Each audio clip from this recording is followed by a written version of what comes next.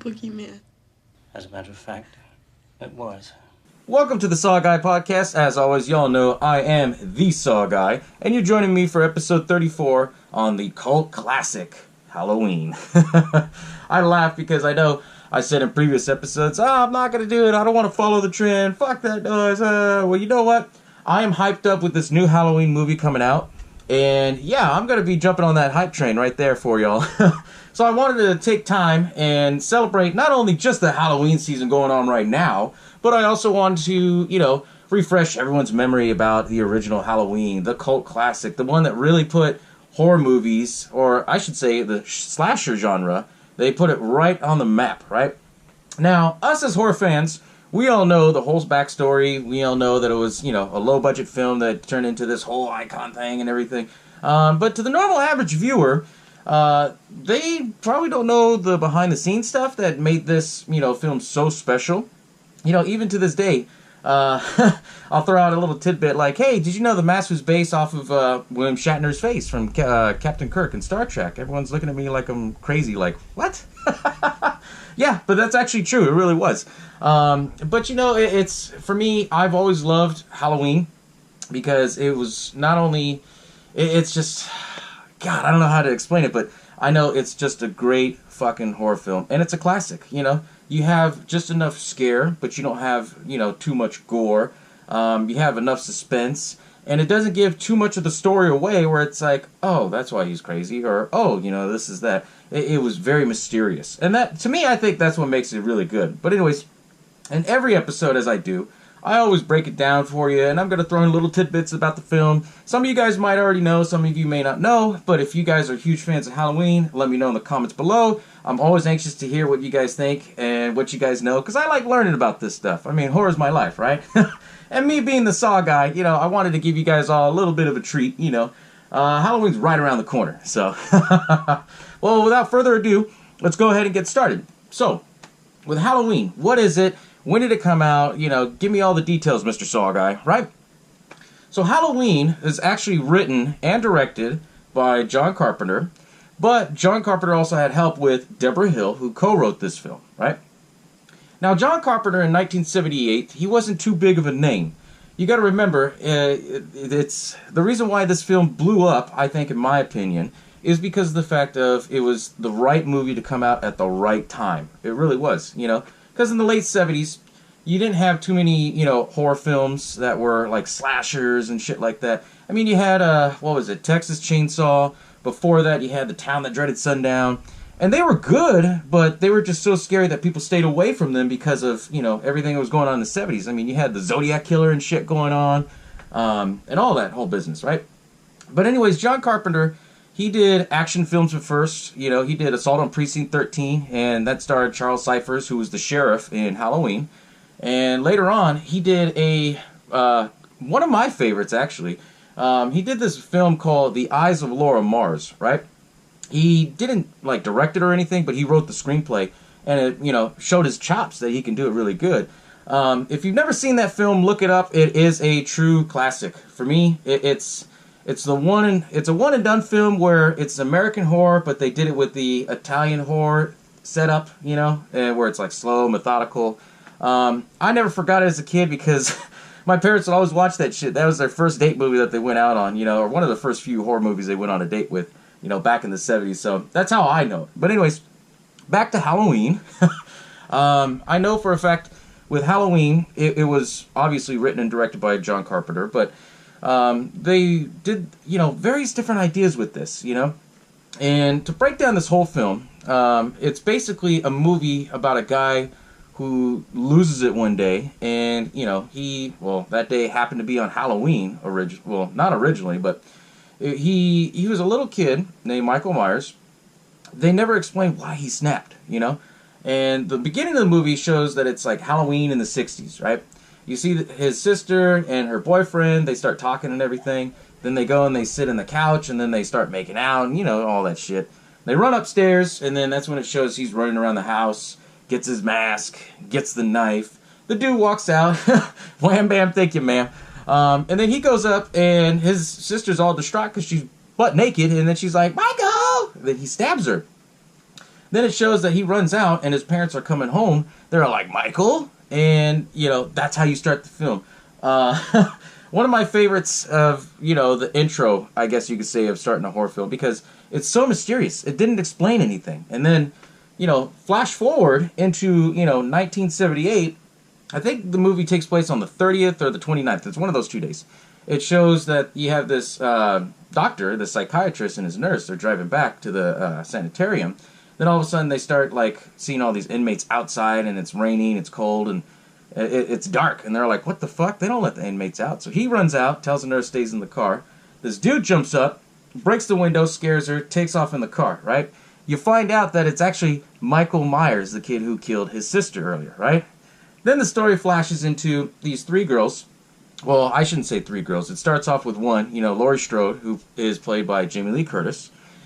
She was 19 years old when she did this film. This was her first actual film, because I think she only did TV commercials and stuff at the time, And John Carpenter, he's a huge fan of horror films, because this whole film of Halloween is all winks to it, One of his favorite films was Psycho, and he loved Janet Leigh so much that he cast her daughter, Jamie Lee Curtis, as his lead in his first, main horror film, which I thought was pretty cool, So anyways, it follows Laurie Strode. She comes out of the house. You find out that her dad's a realtor. He gives her a key and says, hey, drop off the key at that old Myers house. Don't forget, She's walking by. She sees this kid, I was going to say Tommy Doyle.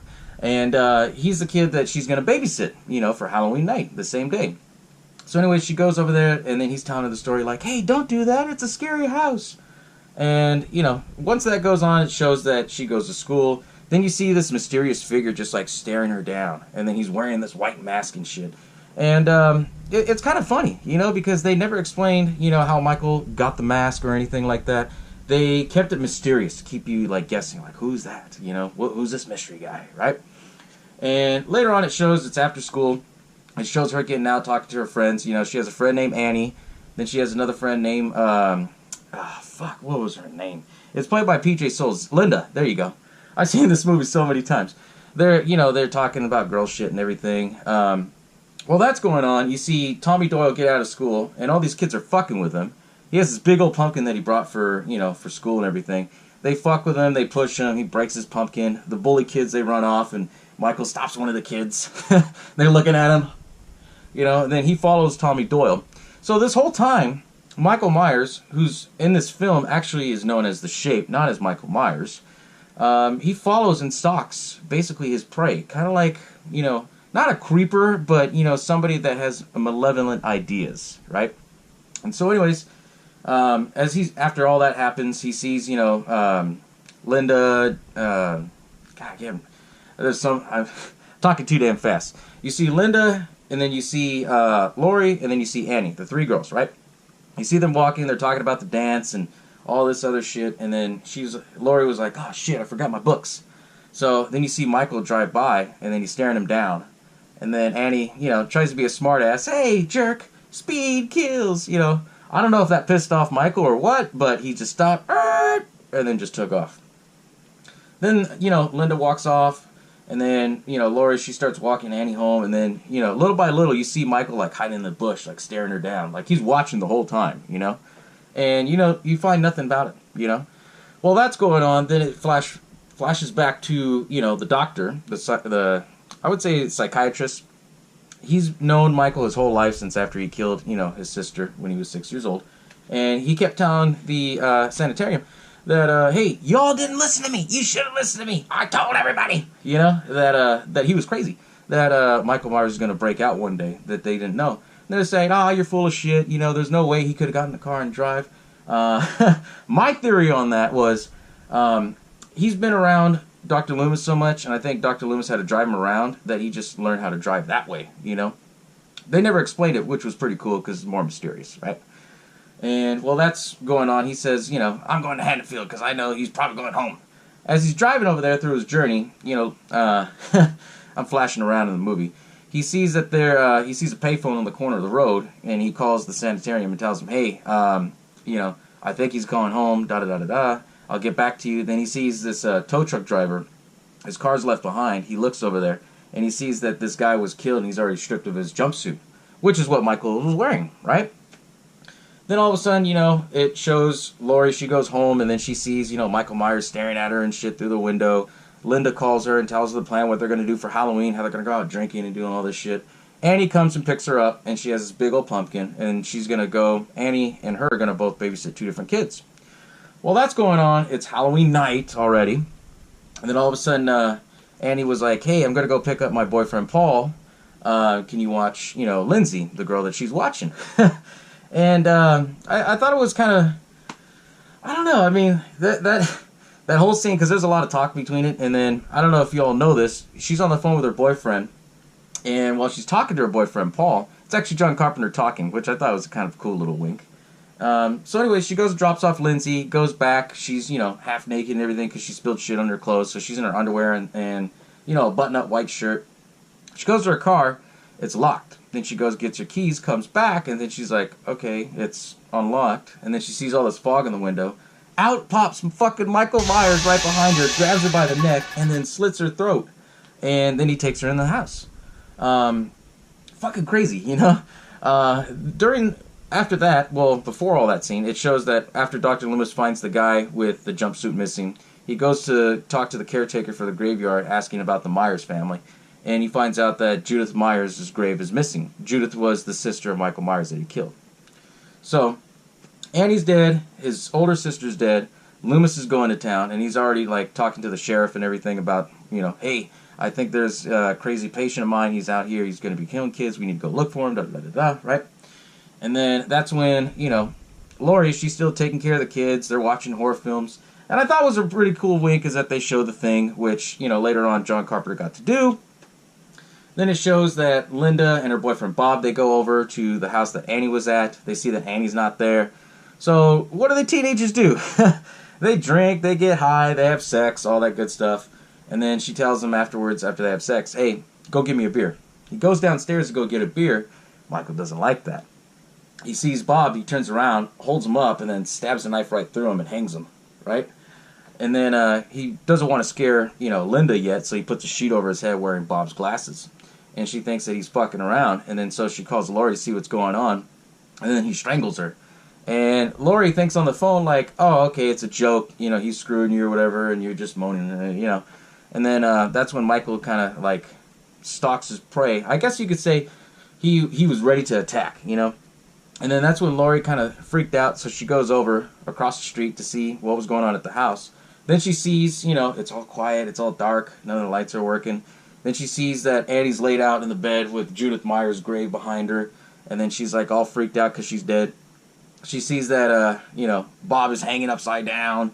And then, what's her name? Linda was in there like all strangled. And then all of a sudden you see the silhouette of Michael's face. And it just lights up. You know? The whole soundtrack was done by John Carpenter. And I'll get to the soundtrack in a second because that's another amazing feature, right? Michael, you see his face, he comes out with a fucking knife, just like, gets her in the shoulder, and with her being so distraught and everything, she falls down the stairs. You would think at this point, you know, she'd break her fucking neck, but she didn't. She breaks her ankle. Then it starts the tune. Dun dun. Dun. Dun dun. And then that's when Michael, he starts chasing after her. You know, he walks down the stairs, pacing himself, she's running. She gets out of the house, starts hitting on all the doors. Help! Everyone thinks it's a Halloween joke. So she goes back to the house, and then she's like, oh, the keys, I don't have the keys. Tommy, open the damn door. He barely opens the door, and she tells him, go run up, hide. As that's going on, Dr. Loomis goes to Michael Myers' house. He talks to the sheriff about everything, about, you know, how Michael's been his patient and everything, and how he's got this blank stare in his face and everything. And then all of a sudden, they start walking around the neighborhood, right? And then that's when Michael Myers, he gets into the house, and then he tries to stab Laurie as she's hiding in the couch. She hits him in the neck with a crochet needle. He goes down. Then he gets up, and then, you know, well, he doesn't get up right away. You know, he's still down. So she goes up, checks the kids, and says, okay, go outside, try to go call for help, right? So the kids, they run out and try to call for help. Michael comes up, and then he's chasing after her. She runs and hides in the closet. Then you have that iconic scene where, you know, he breaks through the closet and everything, tries to stab her. She gets the wire hanger, pokes him in the eye. She thinks he's dead. And then she's like, oh, okay, it's over. Then he fucking gets back up, right? And then all of a sudden after that, you know, he tries to choke her and everything, and then that's when Dr. Loomis sees the kids run out. He runs in the house, and then he sees Michael's trying to choke her, and then she pulls the mask up, and then he's on mask for a split second, then he puts the mask back on, and then Loomis shoots him with a fucking .357, a six-shooter. Bah, bah, 6 times, right? And as he's getting shot, Michael doesn't say a word or anything. I'm just giving it for effects, you know? And anyways, he falls off the fucking balcony because it's a 2-story house. And then, you know, they show that he's there. And then she says, was that the boogeyman? And then that's when he tells her, I'm afraid so it was. And then they look down, and then his body's gone. Then the movie ends with the fucking Halloween theme playing. Great fucking movie. I mean, you couldn't ask for anything better, right? Now I'm going to get into the little tidbits. As I said in the soundtrack, this movie was done on such a short shoestring budget. At the time, you know, they were, how do you say it? The budget was $300,000. Back in the day, you know, $300,000 seems like it's a lot, but not when you have to focus on, you know, paying the actors, you know, the costumes, the this, the that, and everything. So everything was done on a shoestring budget. And John Carpenter, the way that he did this and sold this idea to a production company, he basically said, I want to do a horror film that involves babysitters being killed. And that's originally what it was supposed to be called, The Babysitter Killers, which would have been a pretty cool idea. So, and the only twist to it was they did it around Halloween, and they had nothing in the titles to say Halloween. They were just originally going to call it The Babysitter Killers. And, you know, once they got everything all said and done, and then, you know, because John Carpenter, he had $300,000. Most of the money was spent on the top-of-the-line camera equipment at the time, which is why you never see a film shot like that anymore. And then, 2, Sam Loomis, Donald Pleasance, who played Sam Loomis, I should say, I corrected myself there, he was paid $20,000. So that's a good chunk out of your $300,000 right there, just for camera and, you know, Donald Pleasance. He wanted Donald Pleasance because he knew he was a great fucking actor, right? Everybody else, they weren't so well-known names yet, other than the character played by P.J. Souls, who played Linda. She was a B-rate horror movie star already because she had already done Carrie, and so she was the only other well-known actor in this film. But everybody in this film knew somebody, you know, like Annie was married to the production designer, you know, and Linda, P.J. Souls, she was, you know, basically well known, and John Carpenter, he wrote roles and stuff. He wrote the role of Linda for her, you know, based from Carrie. And Jamie Lee Curtis, you know, she was Janet Leigh's daughter. He kept everything a lot in-house. You know, Charles Cyphers, who played the sheriff, you know, Annie's father. He was, you know, he had worked with Carpenter before on Assault on Precinct 13. You know, so it was pretty cool that he kept it all in-house, you know. And a lot of the features with it is that, you know, on a shoestring budget, you have to learn how to be ingenious. You got to be creative, right? So this is what John Carpenter did. He spent all the money on the camera, Donald Pleasance. They didn't have any money for costumes, so all the like wardrobes they're wearing, that's all their real clothes. And I laugh because, you know, Macy's has been around for a long time. They actually said they went to Macy's, all the actors, and they had $100, and they basically spent $100 to get like 10 wardrobes. I'm thinking, shit, you can't do that today, you know. But it's kind of interesting how they did all that, you know. And then the fact that they also shot it in Pasadena, California. For those of you that don't live in California, I'm going to tell you right now, because I'm a California boy, I'm in California right now, 90% of the time, it's always fucking hot. It barely rains, unless you're like on the coastal side and stuff. You know, in Pasadena, it's a nice town. It's in Southern California. It's usually pretty warm, pretty cozy. Even in, you know, October, November, everything's still lush and green. And that was a problem with this filming. So what John Carpenter did, he had some help from, you know, the local schools nearby, like USC.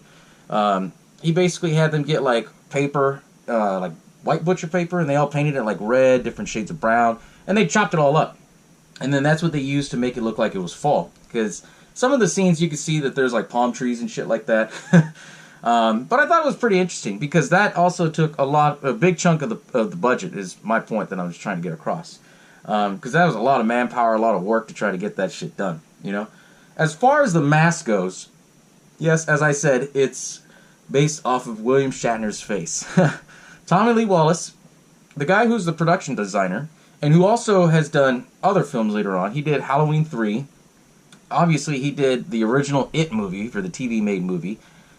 He's also, like, all these people were very well talented. And with Tommy Lee Wallace, what he did, he said, okay, I have $10 to, go buy a mask and try to do what I can with it, right? So on a budget of $10, he goes to, like, this local drugstore that was, nearby in Pasadena. He buys a Captain Kirk mask, one of the off-brand cheap ones. Something similar to what I did with my SaWGuy mask. And he redesigned it into his own vision, And it was a full overhead mask. Back in those days, they used to make them pretty good quality, And he basically widened the eye holes. He, I guess he used a blow dryer to kind of mold the face a little bit. Because if you look at pictures of the original Captain Kirk mask and the original Michael Myers mask, you could tell that they used like a blow dryer to kind of melt it a little bit to kind of give it its weird, unique shape, right? They changed the hair, ripped all the hair off, put new hair in. And then the biggest iconic thing they did was spray paint it white, right? And the reason why they wanted to spray paint it white, and I love John Carpenter for this, because this is a huge wink to Alfred Hitchcock. And what John Carpenter was trying to go for was, if the face is white, your imagination runs wild, and you can have, like, it's a mental thought of saying it's more scary than actually putting work into making a scary mask. Does that make sense? Because your mind runs wild when you start thinking like, oh shit, it's a blank stare, it's a blank face. Another thing is he wanted to keep it mysterious, which I thought was cool because, they remade this film, Rob Zombie did, and the remake was great, don't get me wrong. It was cool because the remake gave, Michael Myers a backstory and all that. But Michael Myers, the character of him from John Carpenter, was so well thought out that he didn't need a backstory. You just show 2 minutes at the beginning how he snapped and kills his sister, and that's all you need.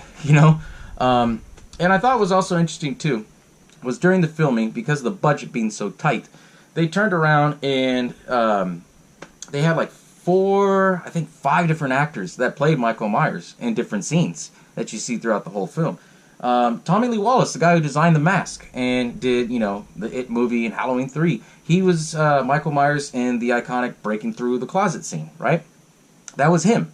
Tony Moran, he was the guy who was Michael Myers when he got unmasked. When he got unmasked and then put the mask on, that was Tony Moran. Nick Castle, there's been rumors and speculations. I don't know if they've ever confirmed it. They said that he played majority of the film, where he's standing in the bush, and he was also a stuntman, so they said he was the one that took the fall from the balcony to the ground and all that stuff. Obviously, it wasn't to the ground.